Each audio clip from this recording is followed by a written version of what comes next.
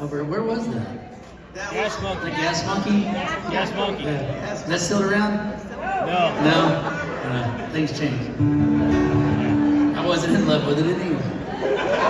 They're still around. All right, my request. So, when I say long story short, that means it's going to be you guys got time to go take a piss and get a drink. So in 97, I guess, I got a good friend of mine. We all know a lot of musicians. I always feel like I'm name dropping when I say people's names, but all my friends are kind of assholes.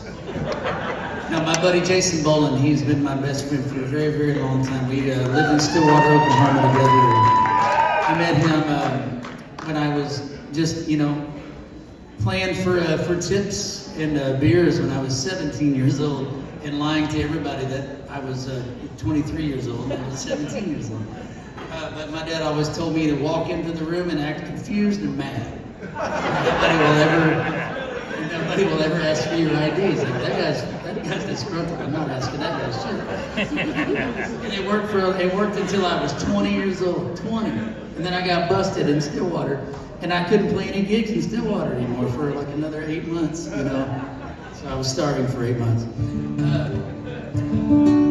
forgot where I was going with that. Well, that's embarrassing. I will tell you this though, I'm an aging stoner, so if I forget shit, it's my fault. I really fucking forgot what That's all right, I'll go somewhere else. Well, you guys can read the book that I put out in 10 years. No, I'm fucking right. This is a tune that Jason and I, we're going to go to Nashville to see James Brown in concert at the Ryman Auditorium. And so at this time, it was 97, so I was, there was nobody was married in my circle of people, so we just did things. No permission, And so Jason got shut down by his parents because he was going to school at Oklahoma State, and he met me, and he started playing music, and his parents were mad at me. His parents are like 86 years old now, and they're still mad at me. And every time I hear her talk in a derogatory tone towards me, it's like, your boy's doing pretty good in music, right? And so anyway, Jason got in trouble. He couldn't go to Nashville with me.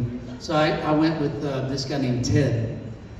And we went, thank you for listening. You guys are listening. Now it's Friday. Everybody got it out of their system in the back. So I went to Nashville to see James Brown at the Ryman Auditorium with Ted. And we went to this 5-story bar that's no longer there. And each level was something different. And we made it to 2 of them. And it was 50 cent Collins. So we were drinking Jaeger bombs and Foster's oil cans, right? Like we had about $400 to get us to Nashville and back. So we were, it's like, this is a good night. So we never made it to see James Brown in concert. And we slept in Ted's little shitty 1987 red RX-7 in the alley of the Ryman Auditorium, like Hank Williams in a Cadillac.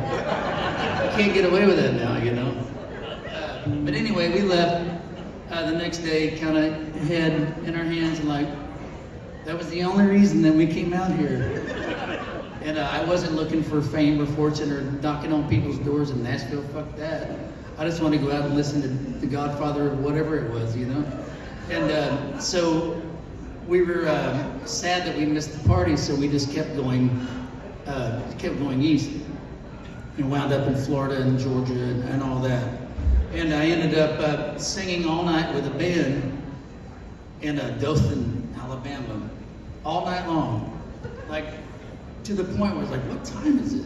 And it was 5 in the morning, and it was like an FOP, Federal Order of Police bar, so we could get away with whatever.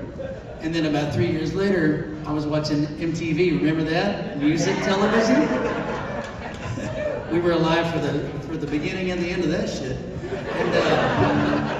And I saw that band on television. I was like, I played with those guys, and it was Creed, and I'm so embarrassed. Like, I'm really embarrassed by that. Embarrassed to the point that I tell you about it. So, anyway, me and Ted got back in his shitbox RX-7 and we drove back to Stillwater and almost ran out of gas in Alexandria, Louisiana. We thought we were alligator bait, you know. And he goes, he talked like this, we have nothing to show for our vacation. Let's write a song. And he goes, about what? He was so emo, you know. About what? I was like, I don't know, let's make that shit up. So, this is that song.